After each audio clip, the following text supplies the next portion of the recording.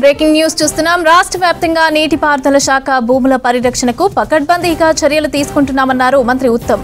వందల కోట్ల రూపాయల విలువ చేసే భూముల కబ్జాకు గురైన పక్షంలో ఎంత మాత్రం ఉపేక్షించే ప్రసక్తే లేదని స్పష్టం చేశారు. ఆక్రమణలకు గురైన భూములను యుద్ధ ప్రాతిపదికన స్వాధీనం చేసుకోవడంతో పాటు ఆ భూముల చుట్టూ కంచె ఏర్పాటు చేసే విధంగా చర్యలు తీసుకుంటున్నామన్నారు. నీటిపారుదల శాఖ భూముల పరిరక్షణలో భాగంగా సచివాలయంలో హైడ్రా అదేవిధంగా ఇరిగేషన్ అధికారులతో మంత్రి ఉత్తమ్ కుమార్ రెడ్డి ప్రత్యేక సమావేశం నిర్వహించారు. హైదరాబాద్లోని గండిపేట, రాజేంద్రనగర్ పరిధిలో ఉన్న గండిపేట సమీపంలోని హిమియత్ సాగర్, కిస్మత్పురాలతో పాటుగా రాజేంద్రనగర్ పరిధిలో భారీగా కబ్జాలకు గురైనట్లు తెలిపారు. ఆక్రమణలపైన జిల్లా కోర్టులో 20 కేసులు పెండింగ్లో ఉండగా హైకోర్టులో మరో 2 కేసులు నడుస్తున్నాయన్నారు. కోట్ల విలువ చేసే భూములను తిరిగి స్వాధీనం చేసుకునేందుకు గాను నీటిపారుదల శాఖ, హైడ్రా, రెవెన్యూ, ఆర్&ఆర్ అధికారులతో సమన్వయం చేసుకోవాలని అధికారులను ఆదేశించినట్లు ఆయన తెలిపారు.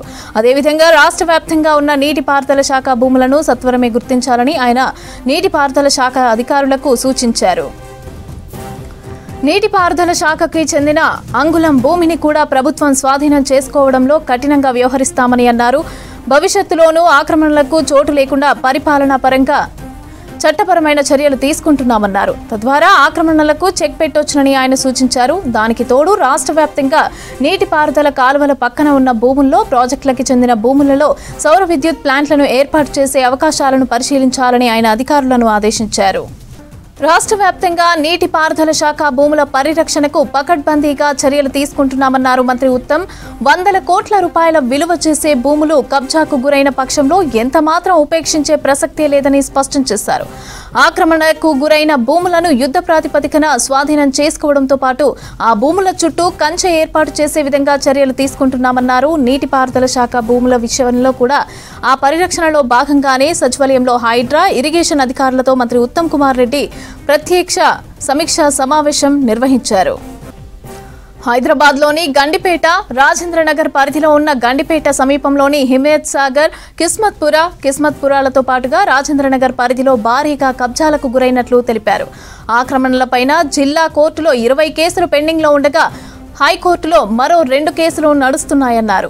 కోట్ల విలువ చేసే భూములను తిరిగి స్వాధీనం చేసుకునేందుకు గాను నీటిపారుదల శాఖ, హైడ్రా, రెవెన్యూ, ఆర్&ఆర్ అధికారులతో సమన్వయం చేసుకోవాలని అధికారులను ఆదేశించినట్లు ఆయన తెలిపారు. అదేవిధంగా రాష్ట్ర వ్యాప్తంగా ఉన్న నీటిపారుదల శాఖ భూములను సత్వరమే గుర్తించాలని ఆయన నీటిపారుదల శాఖ అధికారులకు సూచించారు. నీటిపారుదల శాఖకి చెందిన అంగుళం భూమిని కూడా ప్రభుత్వం స్వాధీనం చేసుకోవడంలో కఠినంగా వ్యవహరిస్తామని అన్నారు.